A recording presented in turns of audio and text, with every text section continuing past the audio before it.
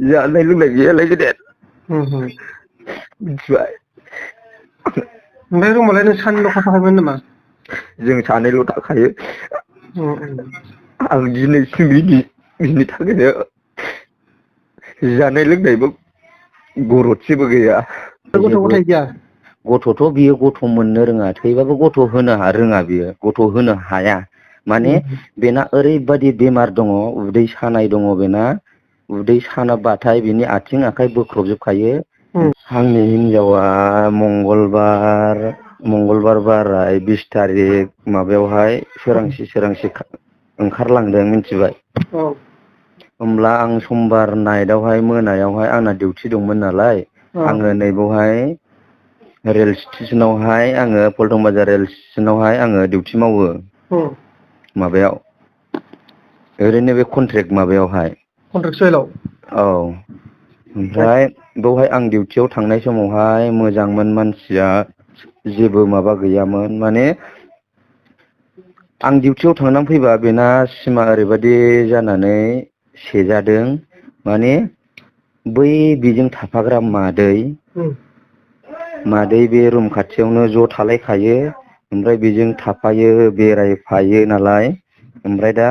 बे मादैनि बिब' मोना आदै मोना नोंजोंनो थायो नोंजोंनो बेरायो दा नोंनावहाय मालाबाफोर फन हरनो हागौ नोमादैया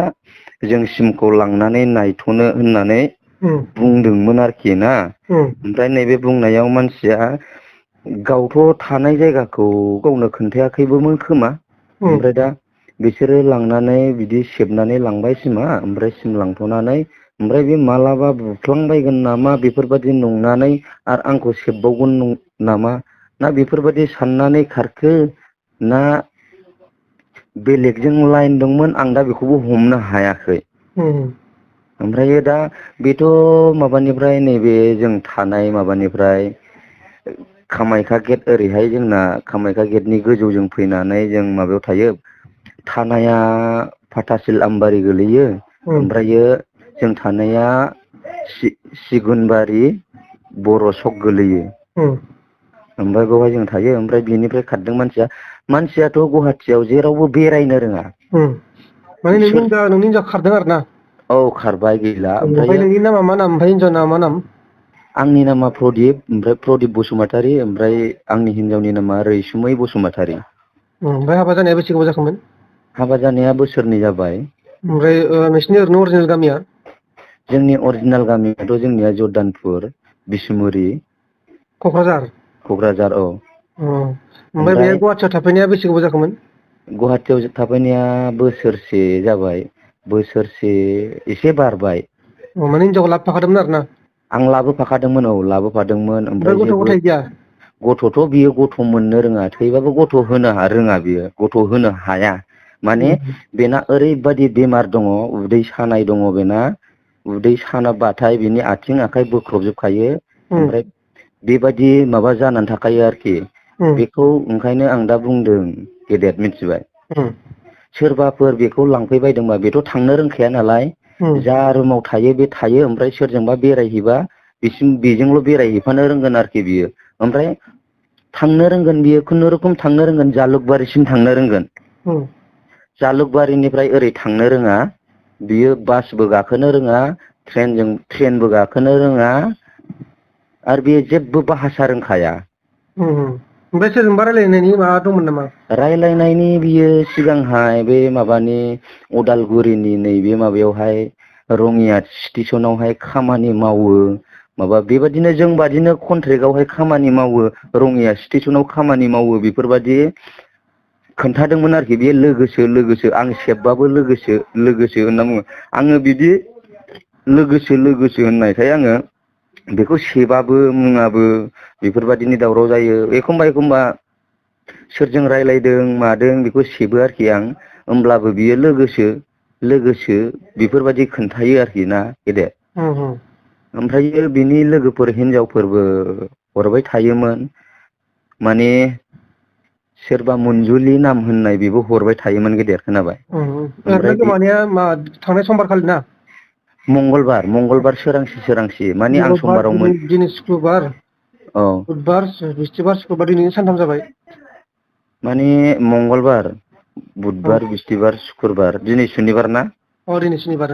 दिनै जों सानबाखौनो लादो सानब्रैखौनो लादो औ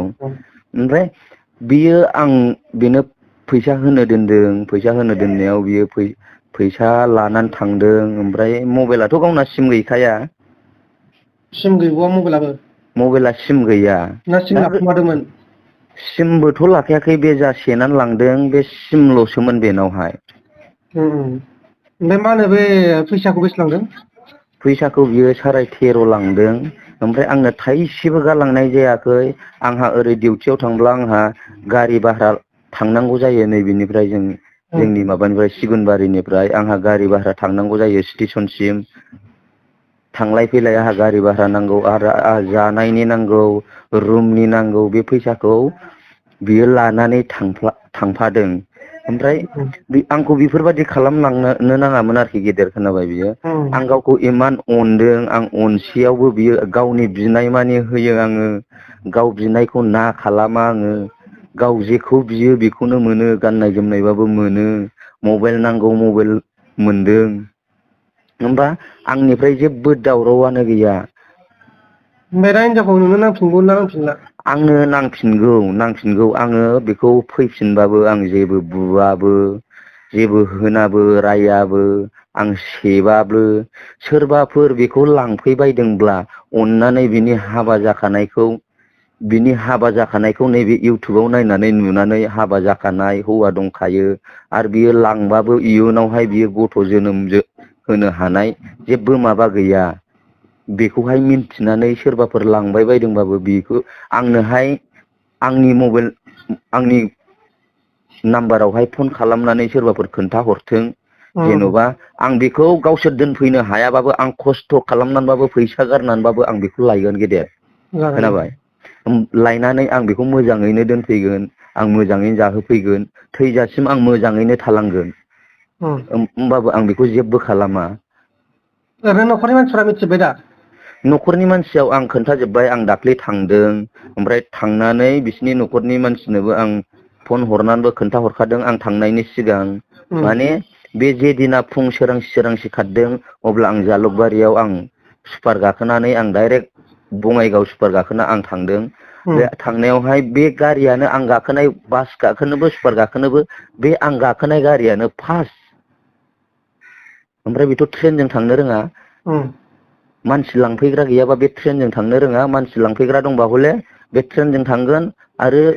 मानसि लांफैग्रा दंबा बियो बासजों थांगोन बा आंजोंबा सिगां जालायखो ना माखो आङो जालुकबारियाव थांनानै बास गाखोहैदों बेनो फार्स्टखा बङाइ गारिया ओमफ्राय आं सोब गारियाव नायजोबदों आरोखि बङाइ गारि फार्स्ट सेकेन्ड थार्ड फर बेबादि दंना खारनाय लाइना होमबाथ' बेयो थाङाखै ओजों गुवाहाटियावनो थागोन बियो बाव दं ना मा दं आं दासिमबो प्रुफ मोनाखै न'खरावबो प्रुफ गैया न'खरनि मानसिया आंखौ बुंदों नोंनि आखाइनिफ्राय खारदों दा नोंनि आखाइनिफ्राय खारनानै ओरै जोंनि जायगायाव मानो नागिरफैदों जोंथ' जोंनाव फैबा नोंनो खबर हरगौमोन ना नोंनि आखाइनिफ्राय हजोंनिफ्राय खारदों दा नोङो नागिर हजोंनो नागिर ओमफ्राय बेफोरबायदि बुंदों नोंनिफ्रायसो खारदों लांनानै नोंजोंसो खारहैदों जोंनिफ्रायथ' खाराखै नै बेफोरबायदि खोथा बाहायहरदों आरोखि दा आंखौ ओंखायनो आं सोरबा लांबाय बायदोंब्ला नैबे इउटुबाव नुनानै आंनो फन खालामथों आरो बे हाबा जाखानाय मानसि आरो बे गथ'बो होनो रोङा गथ' होनो रोङाब्लाबो आं बेखौ बेसेबां अननानै आङो जाहोदों लोंहोदों आं होनदोंमोन बेखौ नोङो बेफोरबायदि होनो रोङाबाबो होनो हायाब्लाबो नोङो आंजोंनो गोसो खुसि थाबाय था आं नोंखौ ओरैबायदि खुसियाव दोनगोन आं नोंखौ जेबो खालामा नों आंजोंल' थाबाय था मिनि खुसिल' थाबाय था आं बे खोथाखौ बाहायबाय थादोंमोन बेखौ आं नोंखौ मोजाङैनो दोनगोन आं बे खोथाखौ बाहायबाय थादोंमोन ओमफ्राय दाबो बियो जुदि गाव गोसो माबानानै फैफिनोब्ला आं बेखौ मोजाङैनो नायगोन आं मोजाङैनो जाहोगोन आं बेखौ थैबाबो आङो बेखौ गोदाव सोराव खालामनाय नङा आं लेटनानैबाबो होगोन बेखौ गोदाव सोराव खालामा होननानै आदसा जागोन दे मा होनो होमबा भिडिअखौ हगारनोसै ना बेखौ रेकर्डखौ औ भिडिअखौबो हगार गेदेर रेकर्डखौबो हगार बियो फैफिनथों गेदेर खोनाबाय औ जागोन दे जागोन माने आङो दासिमबो दाख्लैनिफ्रायनो जानाय लोंनाय गैयालाय गेदेर ओमफ्राय मिथिबाय रुमालाय नों सानैल' थाखायोमोन नामा? जों सानैल' थाखायो आं दिनैसिम बिनि थाखायनो जानाय लोंनायबो गरदसेबो गैया आं दा गोदाव सोराव जागासिनो दं आं डिउटि मावनांगौ आंखौ सारमोना लेंहरो डिउटि मावनो खोनाबाय डिउटि मावनो लेंहरो बिसोरो आं बुङो आंनि माबायानो प्रब्लेमानो क्लियार जायाखै आं बोरै डिउटियाव थांनानै सुखुहैनो नंगौना नङा गेदेर अब्ला आंदि इमान अनदोंमोन बेखौ इमान अननानै आं जाहोफैदोंमोन लोंहोफैदोंमोन दिनै बिबो गावबो बुजिनांगोन आरोखि खोनादों दिनैसिम सोरबा मानसिफ्रा सानगौमोन खारबाय थांथोंसै बेफोरबादि सानगौमोन खिन्थु आंनि गोसोआव बेबादि गैया आं लाबोगोन बेलेगजों थांदोंब्लाबो बियो आंनो खबरल' हरथों आं थांनानै लायगोन मिथिबाय मबाइल नाम्बार गैया नामा बेना बेनावहाय मबाइल नाम्बार गैया बियो दा सोरजोंबो थांनो हाखो बेलाय माने बियो ओइदिनखालि आङो समबारावहाय ना माने आङो माबायावहाय रबिबार मोनायावहाय आं डिउटि मावनानै फैदोंमोन फैनानै आंथ' डिउटि मावनानै फैबा आंथ' समबाराव आंनि मबाइलजोंनो रायलायदों आरोखि न'खरनि बिबाजैफोर फन हरदोंमोन खोनाबाय न'खरनि बिबाजैफोर फन हरनायाव आं नै आब' फन हरदों होननानै आं गावनो होदों आरोखि ओमफ्राय नै बेवहायनो बे सानावहाय रायलायनायावनो बे बायहेरायाव ओंखारना रायलायदों रुम सिङावबो रायलायखायाखै बायहेरायाव ओंखारना रायलायनायावनो बियो बेयावनो कन्टेक्ट लालायनानै नों उमुक जायगायाव फै जालुकबारियाव फै आं बाव नेनानै थाबाय थागोन नै बेफोरबादि माबा जालायनानै बियो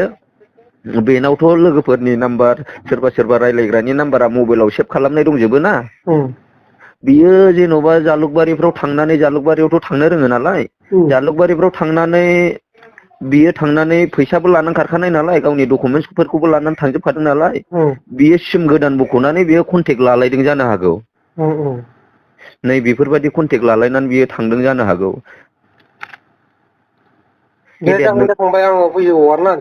औ नोंबो एसे बुंनानै हो नोंबो एसे रिकुवेस्ट खालामना हो सोरबाफोर लांबाय बायदोंब्ला दा बेनो जाखाबाय रेकर्डआनो जाखाजोब्बाय माने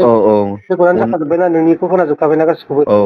आङो जाया लोङा दासिमबो हिनजावखौ नुदोंबाथाय नैबे सावगार नुनाय हिनजावखौ नुदोंबाथाय खोन्थाहरबानो जाबाय बा हायोबा दोनबानो जाबाय आरो जेखौ लायगोन बिथाङा लायगोन आरो आंनि नाम्बारखौ होना हो बसुमतारी आरो बिनि बिसिनि मुङानो जाहैबाय रैसुमै बसुमतारी माने आंनि नाम्बारखौ होना हो नाम्बारखौथ' होखागोन दे होमबा गेदेर जागोन दे